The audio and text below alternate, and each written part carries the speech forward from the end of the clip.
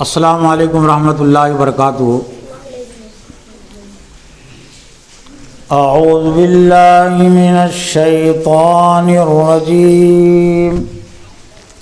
بسم اللہ الرحمن الرحیم۔ وقال الملك إني أرى 7 بقرات سمان يأكلهن 7 عجاف و7 سنبلات خضر وأخر يابسات يا أيها الملأ أفتوني في رؤياي إن كنتم للرؤيا تعبرون۔ قالوا أضغاث أحلام وما نحن بتأويل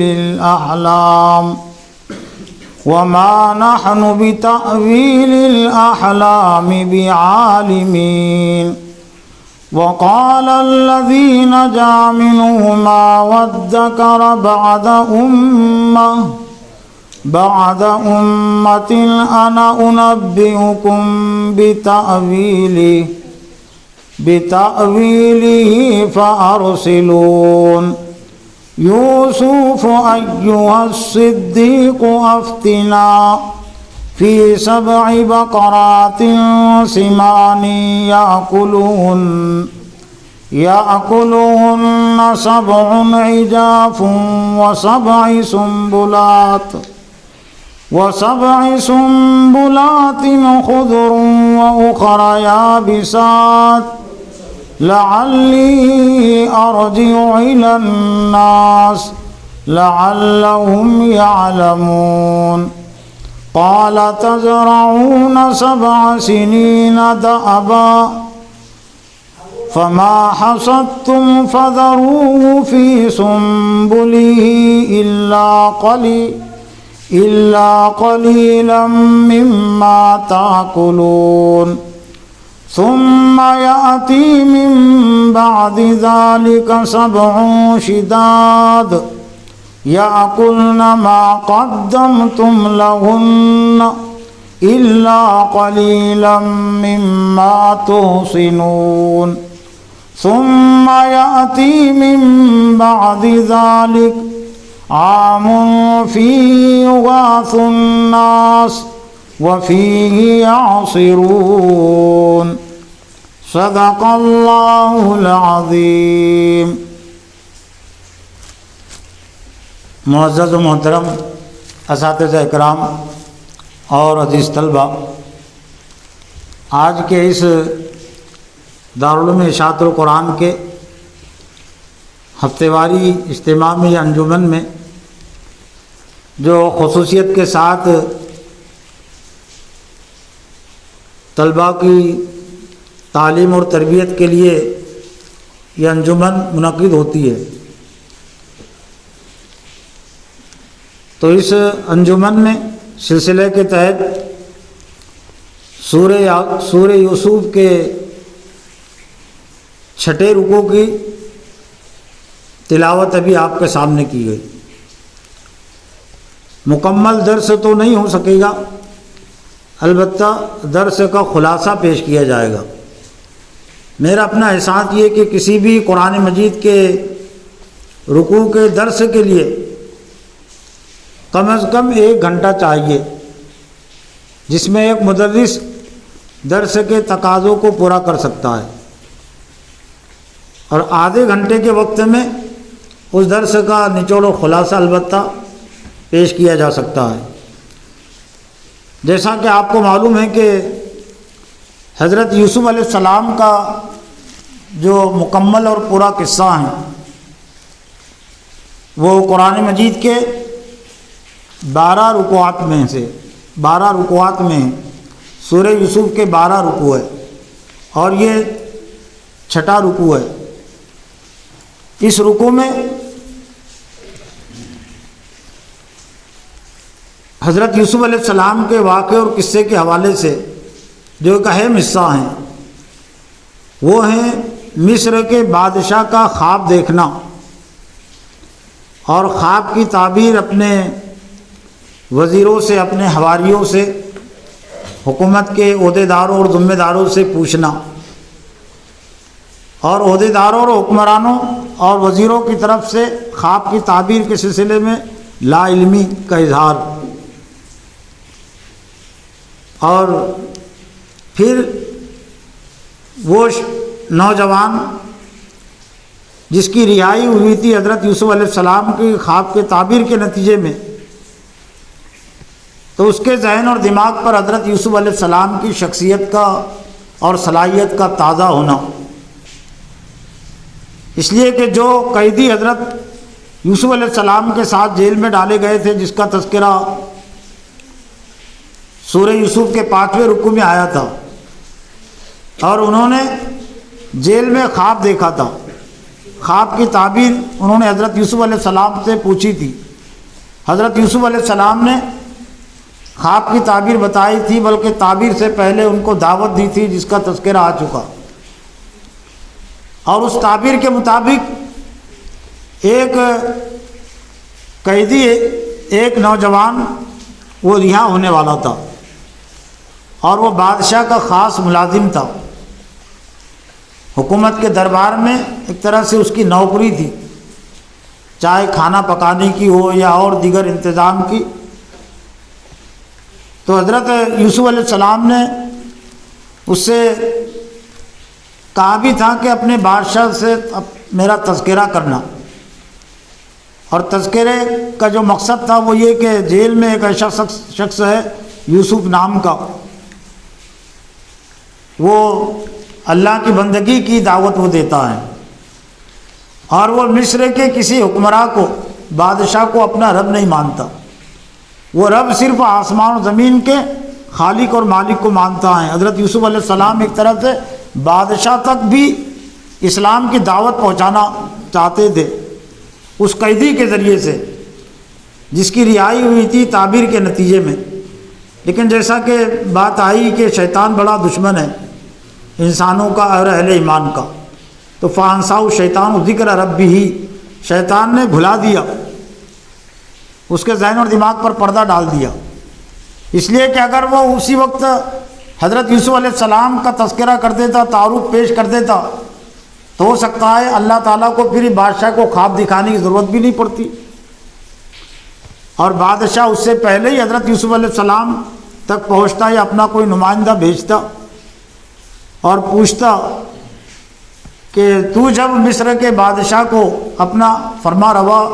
اپنا قانون ساز تسلیم نہیں کرتا تو کسے تسلیم کرتا ہے؟ تو پھر حضرت یوسف علیہ السلام اس کو دعوت دیتے، لیکن شیطان نے اس کو بھلا دیا اور اسے یاد نہیں رہا۔ اور اگر ہم غور کریں اس رکوع پر، اور خاص طور سے میں نے بھی کچھ تدبر کیا، تو میں اس نتیجے پر پہنچا ہوں کہ حضرت یوسف یہ بادشاہ کو جو ایک طرح سے اللہ نے خواب دکھایا، تو اسی کمی کو پورا کرنے کے لیے کہ جو حضرت یوسف علیہ السلام وہ قیدی کے ذریعے سے بادشاہ تک اسلام کی دعوت اور اپنی صلاحیت پہنچانا چاہتے تھے، لیکن شیطان بیچ میں آڑے آ گیا۔ تو اللہ تعالیٰ تو غنی ہے نا، بے نیاز ہے نا، وہ کسی سے بھی اپنا کام لیتا ہے، اور ایک طرح سے اللہ تعالیٰ نے شیطان سے انتقام بھی لیا کہ تو آڑے آیا تو کیا تیرا کام بنا، اور کہاں بڑا تیر تو نے مار لیا کہ بادشاہ تک اسلام کی بات نہ پہنچے، یوسف علیہ السلام کا تعارف بادشاہ کو حاصل نہ ہو سکے، اور یوسف علیہ السلام بادشاہ کی صلاحیت سے واقف نہ ہو سکے، تو کون سا تو نے بڑا کام کیا؟ میں خود بادشاہ کو متاثر کر دوں گا، اور میں بادشاہ تک خود براہ راست حضرت یوسف علیہ السلام کے مقام مرتبے کو پہنچا دوں گا۔ چنانچہ ہوا پھر یہی کہ بادشاہ نے خواب دیکھا، اور خواب یہ تھا کہ انی ارا سبع بقارات سمان یاکلن سبع حجاب۔ بادشاہ نے اپنے حواریوں سے، وزیروں سے یہ کہا کہ میں دیکھ رہا ہوں 7 موٹی گائے ہیں، بہت فربا گائے ہیں، یعنی موٹی تازی گائے ہیں 7، اور 7 دبلی گائے ہیں، وہ سب سنبلات خضرن، اور 7 ہری بھری بالیاں ہیں جو زمین سے نکلتی ہیں نا، کوپلے، چاہے یہ فصل کی اناج کی وہ بالیاں ہو یا اور کوئی بالیاں ہو، تو 7 ہری بھری بالیاں ہیں اور 7 خشک اور سوکھی بالیاں ہیں۔ یا ایھا الملؤ، بادشاہ نے کہا کہ اے وزیروں، ملا کا جو لفظ ہے عربی میں وزیروں کے لیے، یہ بادشاہ کے جو مددگار ہوتے ہیں، خصوصی نمائندے ہوتے ہیں، ان کے لیے استعمال ہوتا ہے۔ تو بادشاہ نے کہا کہ اے وزیروں، میرے اس خواب کو بتلاؤ، میرے خواب کی تعبیر بتلاؤ، فی رؤیایا ان کنتم للرؤیا تعبرون، اگر تم خواب کی تعبیر جانتے ہو۔ لیکن وزیروں نے اور جن سے بادشاہ نے خواب کی تعبیر پوچھی تھی، تو انہوں نے کہا کہ اضغاث و احلام، یہ خیالی خواب ہے۔ جس طرح خوابوں کی بہت ساری قسمیں ہوتی، کچھ خیالی ہوتے ہیں، کچھ شیطانی ہوتے ہیں، اور کچھ اللہ کی طرف سے الہامی ہوتے ہیں، کچھ بات اللہ تعالیٰ سجاتا ہے۔ لیکن اس میں تمیز کرنا بہت مشکل کام ہے، آسان کام نہیں ہے، ورنہ خوابوں کے ذریعے سے بھی شیطان بہت سارے لوگوں کو گمراہ کر دیتا ہے، بہکا دیتا ہے، اور بے شمار لوگ، اور خاص امت مسلمہ کا بھی ایک بہت بڑا حصہ خوابوں کی بنیاد پر بہک گیا، گمراہ ہو گیا۔ تو خصوصیت کے ساتھ اللہ تعالیٰ نے حضرت یوسف علیہ السلام کو اس کا علم دیا تھا۔ یہ بہت عام علم نہیں ہے جیسا کہ ہر کوئی دعویٰ کر بیٹھتا ہے اور ہر ایک سے پوچھ لیتے ہیں۔ ہر ایک سے پوچھا جائے تو پوچھنا بھی نہیں چاہیے، لیکن پوچھنے والے کی غلطی کیا تو جس سے پوچھا جائے اس کو پوچھا جائے تو اس نے اعتراف کر لینا چاہیے کہ بھائی خواب کی تعبیر کا علم، حقیقی علم کوئی نہیں جانتا، اور زیادہ سے زیادہ کچھ اندازے وہ بتا سکتا ہے، لیکن یقینی علم وہ تو اللہ کے علاوہ، اور اللہ جس کو علم دے رسولوں کو، اس کے علاوہ اور کوئی نہیں جانتا یقینی علم۔ تو وزیروں نے کہا کہ یہ خیالی خواب ہے، وما نحن بتاویل احلام بعالمین، اور ہم یہ خیالی خوابوں کا علم رکھنے والے نہیں، جاننے والے نہیں ہیں۔ لیکن بعد جو کہ بہرحال عجیب و غریب خواب تھا یہ، اور ایسا لگتا ہے کہ بادشاہ بہت ذہین بھی تھا، دور رس بھی تھا، اور اس کی دلیل یہ ہے کہ خود اللہ تعالیٰ نے اس کو یہ دکھایا خواب۔ ذہین بھی تھا اور اس کے اندر طلب اور جستجو تھی، ورنہ جب وزیروں نے کہہ دیا تو وہ خاموش ہو جاتا، کوئی اور زیادہ فکر میں مبتلا نہیں ہوتا۔ لیکن ایسا لگتا ہے کہ وزیروں کے یہ کہنے کی وجہ سے بھی بادشاہ مطمئن نہیں ہوا، وہ خواب کی تعبیر جاننے کی طلب اور جستجو میں رہا، بلکہ حیران اور پریشان۔ اور بادشاہ کی اس حیرانی اور پریشانی کو ایک طرح سے ہر کوئی سمجھ بھی رہا تھا، اور وہ بادشاہ کا جو خاص ملازم تھا، جو کبھی جیل میں تھا،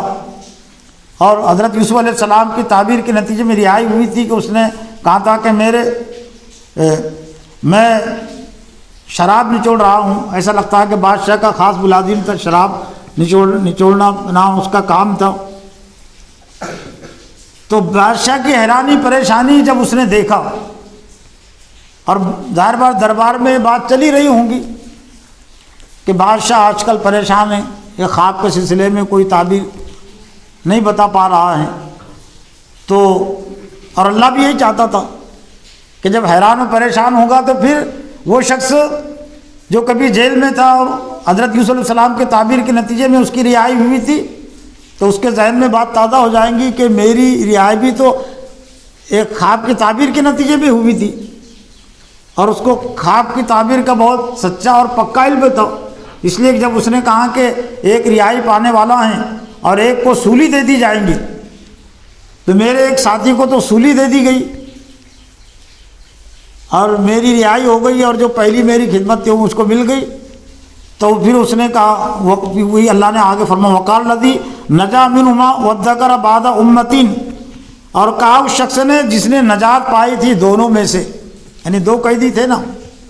جو خواب میں حضرت یوسف علیہ السلام جیل میں یوسف علیہ السلام کے ساتھ اور انہوں نے تعبیر پوچھی تھی وَذَّكَرَ بَعْدَ أُمَّةٍ، اور اسے یاد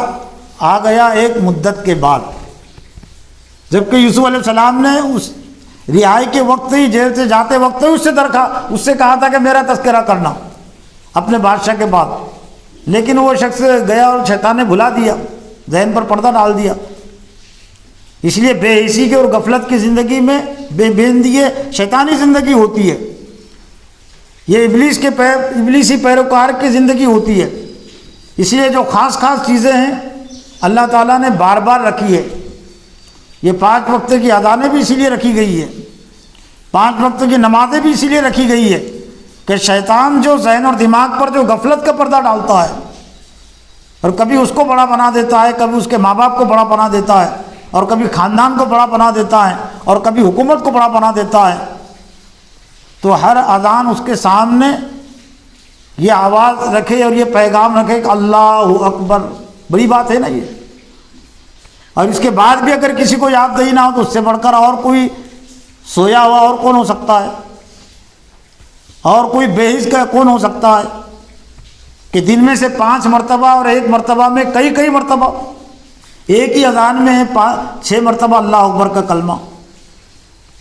تو یہ یاد دہی کے لیے کہ جو شیطان اس کے ذہن میں خیال ڈالتا ہے کہ میں بھی کچھ ہوں، میرے ماں باپ بھی کچھ ہے، میرا خاندان بھی کچھ ہے، میرا ملک اور حکومت بھی کچھ ہے، تو کچھ نہیں، اللہ اکبر ہے، سب چھوٹے ہیں، تو بھی کچھ نہیں، تیرا خاندان کچھ نہیں، اور پورے حکمراں بھی کچھ بھی نہیں، اللہ اکبر۔ لیکن یہ بھی افسوس کی بات ہے کہ یہ 5 مرتبہ کی یاد دہی کے باوجود عام انسانوں کو تو چھوڑیے، لیکن مسلمانوں میں سے بڑے اور خود اذان دینے والے، اذان کا جواب دینے والے، نماز پڑھنے والے،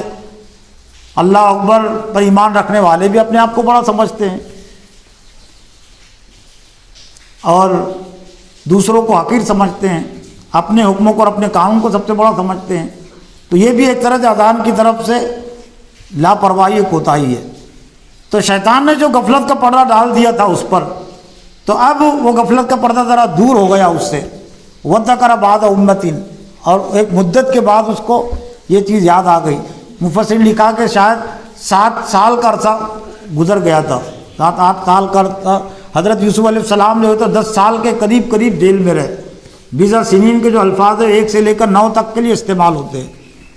تو گویا کہ وہ جیل کے ابتدائی دور میں وہ واقعہ پیش آیا، قیدیوں کو دعوت دینے کا، ان کے خواب کی تعبیر بتانے کا، اور اس کے بعد پھر اور یہ 7 سال کا عرصہ ہوگا، اور اللہ بھی یہی چاہتا تھا۔ بِتَعْوِيلِهِ انا انبئکم بتاویلہ فارسلون، تو وہ شخص نے، وہ نوجوان جو کبھی قیدی تھا اور اس کی رہائی ہوئی تھی، اس نے کہا کہ میں تمہیں بتاتا ہوں بادشاہ کے خواب کی تعبیر، فارسلون، مجھے بھیجو، یعنی مجھے اس کے پاس بھیجو، کیونکہ وہ جیل میں ہے۔ اب وہ پورے تفصیل یہاں ہی نہیں، لیکن قرآن مجید چونکہ ایک طرح سے نچوڑ اور خلاصے کا کلام ہے نا، بہت چھوٹی باتیں اور بیچ کی جو باتیں قرآن نے حذف کر کے جو نتیجے کی باتیں ہیں اس کو پیش کیا، تاکہ قرآن مجید مکمل ہدایت کا سرچشمہ ہونے کے باوجود اور حضرت آدم علیہ السلام سے لے کر قیامت تک کی تاریخ اپنے اندر رکھنے کے باوجود وہ پڑھنے والوں کے لیے، سننے والوں کے لیے بہت بڑی کتاب نہ ہو جائے، ایک درمیانی درجے کی کتاب، درمیانی درجے کی کتاب بھی ہے نا اوراق کے لحاظ سے، 500-600 صفحے کی کتاب یہ درمیانی کتاب ہوتی ہے، 1000 صفحے کی کتاب بڑی کتاب ہوتی ہے، اور ایک ہی کتاب ہے۔ یہ بھی اور بات ہے کہ یہ 500-600 صفحے کی کتاب بھی 80 سال 90 سال کی عمر والوں کو بہت بڑی لگتی ہے۔ ڈاکٹری کی کتابیں 1000 صفحات سے زیادہ ہو جاتی ہے، ڈی ایڈ اور بی ایڈ کی جتنی کتابیں ہوتی ہیں وہ بھی 1000 صفحے سے کم نہیں ہوتی، سب ملا کر، لیکن وہ کتابیں بھی چھوٹی لگتی ہے۔ لیکن قرآن مجید سب سے بڑی کتاب لگتی ہے، چھوٹے ہونے، وہ سب بے طلبی کی بات ہے کہ ہم نے قرآن مجید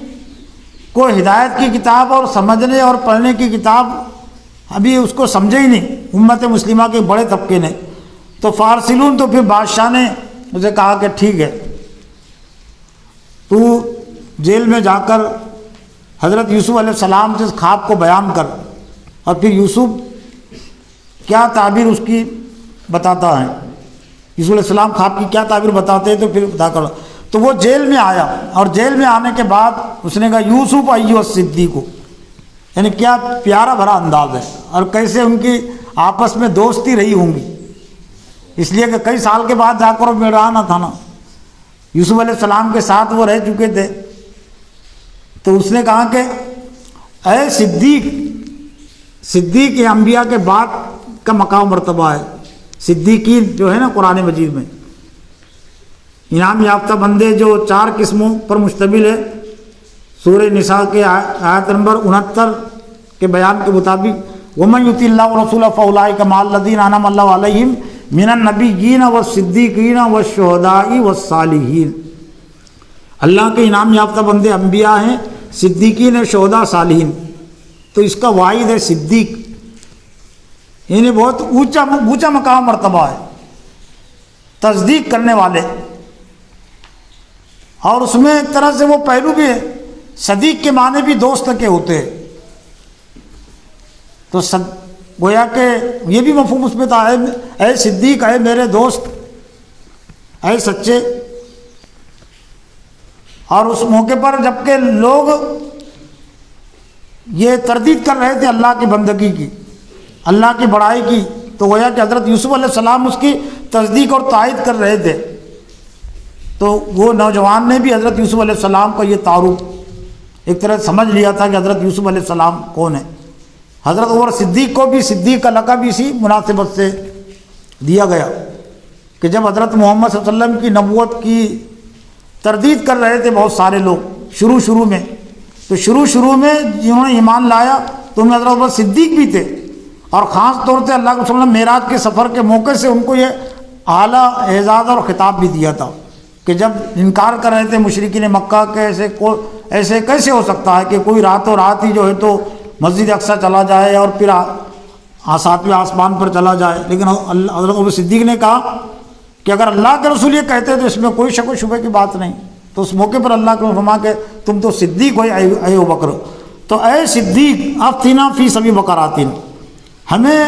فتوے کا لفظ اسی سے بنا ہے، بتانا، رہنمائی کرتا ہے نا مفتی بھی، لیکن اصل فتویٰ وہ اللہ کا ہوتا ہے، اللہ یفتیکم، اللہ نے اپنے لیے بھی فتوے کا لفظ استعمال کیا ہے قرآن مجید، یستفتونک کا قرآن مجید میں ہے کہ لوگ آپ سے پوچھتے ہیں، کلالہ یعنی ایسا شخص ہے جس کا کوئی ماں باپ نہیں، تو اللہ یفتیکم فی الکلالہ، تو اللہ تعالیٰ تمہیں فتویٰ دیتا ہے وہ کلالہ کے سلسلے میں، تو افتینا فی سبب کا، ہمیں بتائیے، ہمیں فتویٰ دیجئے، 7 موٹی گائے ہیں، یاکلون سبع عجاف، اور انہیں کھا رہی ہے 7 دبلی گائے، 7 موٹی گائے ہیں، لیکن عام طور سے ایسا ہوتا ہے کہ طاقتور جو ہے تو جو ہوتے وہ اپنے حریف کو، کمزور کو شکست دیتے کھاتے، لیکن یہ معاملہ کہ 7 موٹی گائے ہیں، یاکلون سبع عجاف، اور انہیں کھا رہی ہے 7 دبلی گائے، وہ سبع سنبلات خضر، اور 7 ہری بری بالیاں ہے، وہ اخرى یابسات، اور 7 جو ہے تو دوسری جو ہے تو 7 وہ بہت خشک ہے، سوکھی ہوئی، لعلی ارجع الی الناس، کاش کہ میں لوٹوں لوگوں کی طرف، لعلہم یعلمون، یعنی آپ بتائیے یہ خواب کی تعبیر تاکہ میں لوگوں کی طرف جا کر بتاؤں، لوگوں کو جا کر یہ بتاؤں تاکہ وہ بھی جانیں یہ خواب کی حقیقت، کہ خواب کے اندر یہ کیا حقیقت ہے، کوئی اچھا معاملہ ہے یا برا معاملہ ہے۔ تو حضرت یوسف علیہ السلام نے پھر خواب کی تعبیر بتلائی، اس لیے کہ پہلے وہ دین کی دعوت اس شخص کو دے چکے تھے، اور ہو سکتا ہے وہ ایمان بھی لا چکا ہو، اور ہو سکتا ہے اپنے ایمان کا اس نے اظہار کیا ہو نہ کیا ہو، یہ دوسری بات اور دوسری بحث ہے۔ قال تزرعون، حضرت تو یوسف علیہ السلام نے پھر خواب کی تعبیر بتلائی، اور خواب کی تعبیر میں ایک طرف سے حضرت یوسف علیہ السلام کی صلاحیت بھی تھی اور ان کے اخلاق و کردار بھی تھے، اور ملک والوں کے ساتھ، حکومت کے ساتھ ان کی جو ہمدردی تھی وہ ہمدردی بھی اس میں تھی۔ حالانکہ عام طور سے ایسا ہوتا ہے کہ جس کو جیل میں ڈال دیا گیا تو جو قیدی ہوتے وہ حکومت کا اچھا نہیں چاہتے، اور خاص طور سے حکمرانوں کا تو اچھا ہی نہیں چاہیں گے، جنہوں نے جیل میں ڈال دیا، بے قصور جیل میں ڈال دیا تھا نا یوسف علیہ السلام کو، کہ وہ عورتوں نے عزیز مصر کی بیوی نے بہکانے کی کوشش کی، اپنی طرف مائل کرنے کی کوشش کی، اور بھی وزیروں کی بیویوں نے، اور مائل نہیں ہوئے تو بیویوں نے الزام لگا دیا کہ یوسف علیہ السلام ہمارے ساتھ دست درازی کر رہے تھے۔ لیکن یوسف علیہ السلام نے پھر معاملے کو سنگین جان کر خود دعا کی تھی کہ اللہ تعالیٰ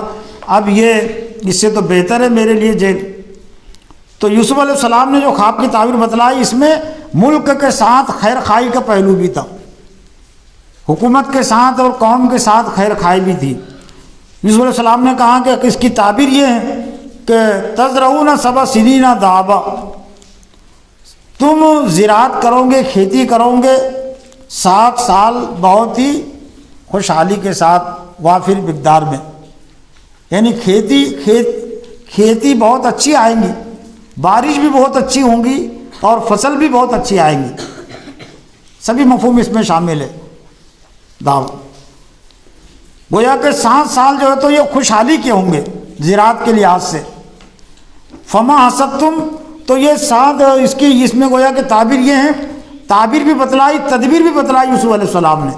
کہ جو برے دن آنے والے ہیں مصر پر، 7 سال جو برے آنے والے ہیں قید سالی کے، تو وہ قید سالی کی سختی سے اور قید سالی کی مصیبت اور پریشانی سے یہ مصر والے اور حکومت کیسے بچ سکتی ہے۔ تو تدبیر بھی حضرت یوسف علیہ السلام نے بتلا دی خواب کی تعبیر کے ساتھ،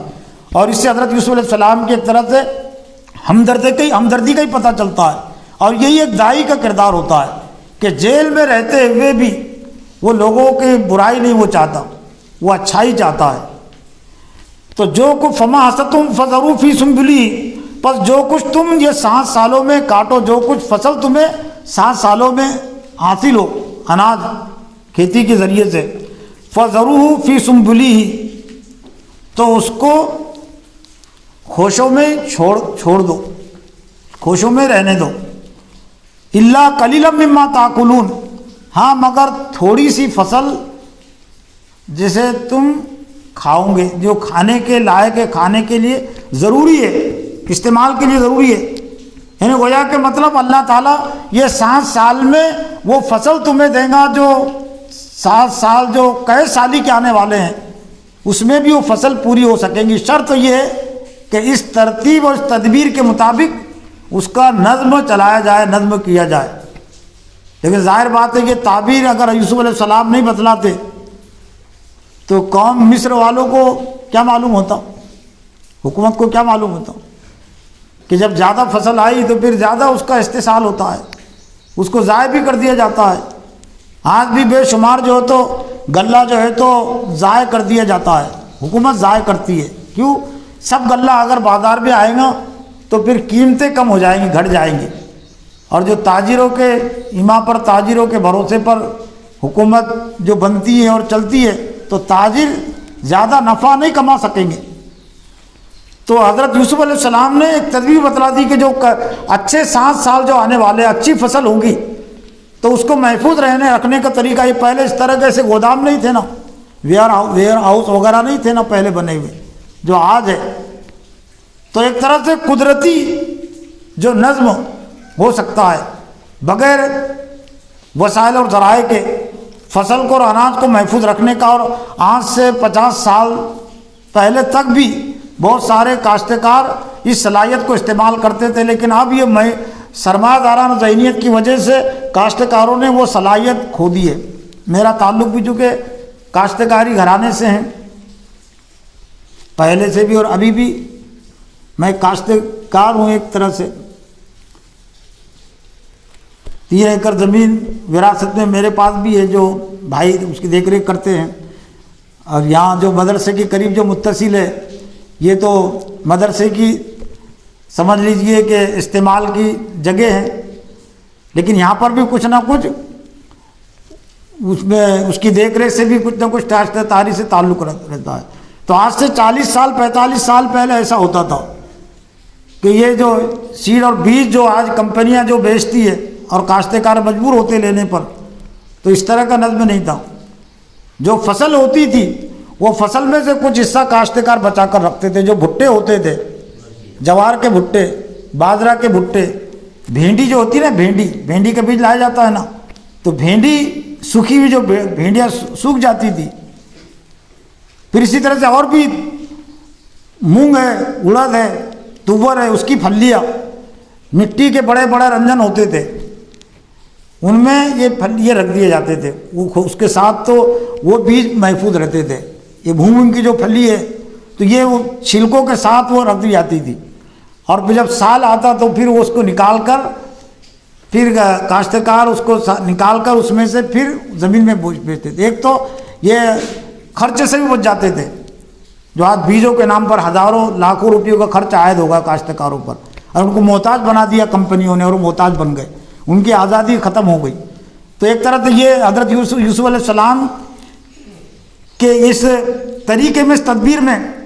اس کا ہی پتہ چلتا ہے کہ اناج کو محفوظ رکھنے کا قدرتی ذریعہ اور بہترین ذریعہ وہ کیا ہے؟ خوشوں میں اس کو رہنے دیں، کہ فَذَرُوا فِي سُنبُلِهِ، اس کو خوشے میں رہنے دو. اور آج بھی جو اس کو استعمال کرتے ہیں وہ اس نتیجے کو پاتے ہیں، اس فائدے کو پاتے ہیں. خوشے میں رہنے دینے کا مطلب یہ کہ اس کو کوئی پھر کیڑا بھی نہیں لگتا. اس لیے جہاں سے کیڑا لگتا ہے تو وہ خوشہ اس کو لگا ہوا ہے نا، کیڑے کے لیے کوئی جگہ باقی نہیں رہتی لگنے کی، وہ محفوظ رہتا ہے بیج. تو اس کو اس میں رہنے دو. اس لیے پہلے نکال لیں گے تو فصل خراب ہو جائیں گی پہلے سے، دوسرے سال کام نہیں آئیں گے. جیسے کہ اس کو کیڑے لگ جاتے ہیں اور بھی فصل، بہت ساری چیزیں اس میں خراب کرنے والی پیدا ہو جاتی ہے. ثم مما تاکون ثم یاتی من بعد ذلک سبع شداد، پھر یہ 7 سالوں کے بعد سخت سال آئیں گے. 7 سبع شداد، شدید کے لفظ سے اس کو تعبیر کیا گیا کہ بارش نہیں ہوں گی. ظاہر ہے بارش جب نہیں ہوں گی تو فصل بھی نہیں ہو سکیں گی. یعنی اور 7 سال خشک سالی کتنی ہلاکت خیز ہوتی ہے اور کتنی تباہ خیز ہو سکتی ہے، اس کا تجربہ کیا جا سکتا ہے کہ کسی سال اگر بارش اگر نہ ہو، صرف کم ہو جاتی ہے کسی سال بارش، تو صورتحال کیا ہو جاتی ہے. اور اگر کسی سال بالکل بارش نہ ہو تو اس کے دوسرے سال کیا صورت بنے گی. یہ ہماری بوروں کی صورت کیا بنے گی. صرف ایک سال بارش کم ہوئی تھی تو 2-3 مہینے جو ہے تو ٹینکر سے پانی لانا پڑا تھا. وہ صرف کینل نہیں چلا تھا تو ٹینکر سے پانی لانا پڑا تھا. کوپرے میں جب مدرسہ چلتا تھا تو بیل گاڑی سے پانی کنویں سے لانا پڑتا تھا. ایک بیل گاڑی لگائی گئی تھی، بیل گاڑی سے پانی لانا پڑتا تھا. ختم ایک دم بالکل بارش، ایسا نہیں بارش نہیں ہوئی تھی، ایسا نہیں تھا، صرف کم ہوئی تھی بارش. اب 7 سال کا اندازہ لگائیے نا کہ 7 سال بالکل قید کے رہیں گے، بارش کا قطرہ نہیں برسے گا. اور ایسا لگتا ہے کہ اللہ تعالیٰ نے جو نظم کیا تھا حضرت یوسف علیہ السلام کے کردار کو نمایاں کرنے کے لیے، اس لیے کہ حضرت یوسف علیہ السلام کے ساتھ کوئی بڑی جمعیت نہیں تھی، بڑا گروہ نہیں تھا کہ وہ ایک دعوتی گروپ تشکیل دیتے اور ملک میں اور مصر میں وہ بھیجتے. اس لیے کہ دعوتی گروپ تشکیل دیں گے، دعوت قبول کریں گے، پھر اس کے بنیاد پر ایک گروہ تیار ہوتا ہے، پھر اس کے ذریعے سے کوئی حکومت قائم ہو سکتی ہے. لیکن اس کا نظم معاشرے میں نظم نہیں ہو سکتا تھا، تو اللہ تعالیٰ نے پھر یہ نظم کیا اور وہ مجبور اور محتاج ہوئے حضرت یوسف علیہ السلام سے استفادے کے لیے. تو اس کے ثم یاتی من بعد، اس کے بعد 7 سال سختی کے آئیں گے، قید سالی کے آئیں گے. یاکلن ما قدمتم لہن، اور تم کھا لو گے جو کچھ تم نے آگے یعنی جمع کر کے رکھا ہے، جو کچھ تم نے بچا کر رکھا تھا. لیکن بچانے رکھنے کا طریقہ بھی حضرت یوسف علیہ السلام نے بتلا دیا تھا کہ خوشوں میں، بھٹوں میں اس کو رہنے دینا. الا قلیلا مما تحسنون، تم کھا لو گے جو کچھ تم نے جمع کر کے رکھا ہے. لیکن یہاں پر بھی حضرت یوسف علیہ السلام نے تدبیر بتلائی ان کو. وہ پورا کا پورا کھا لو گے تو پھر بعد میں کیا بوؤں گے؟ بونے کے لیے بھی تو کچھ ہونا نا بعد میں. یعنی جو 7 سال کے بعد جو 8واں سال آئے گا، اچھا سال، تو اگر کچھ بھی نہیں رکھیں گے تم تو کھیتی میں بوئیں گے کیا؟ تو یوسف علیہ السلام نے وہ بھی تذکرہ الا قلیلا مما تحسنون، جو کچھ تم پھر بچاؤ گے اس میں سے کچھ بچا کر رکھنا، تاکہ بیج کے لیے، بونے کے لیے، پیرنے کے لیے وہ کام آ سکے۔ ثم یاتی من ذالک، پھر اس کے بعد ایک سال آئے گا، فی یغاث الناس وفی یاسرون،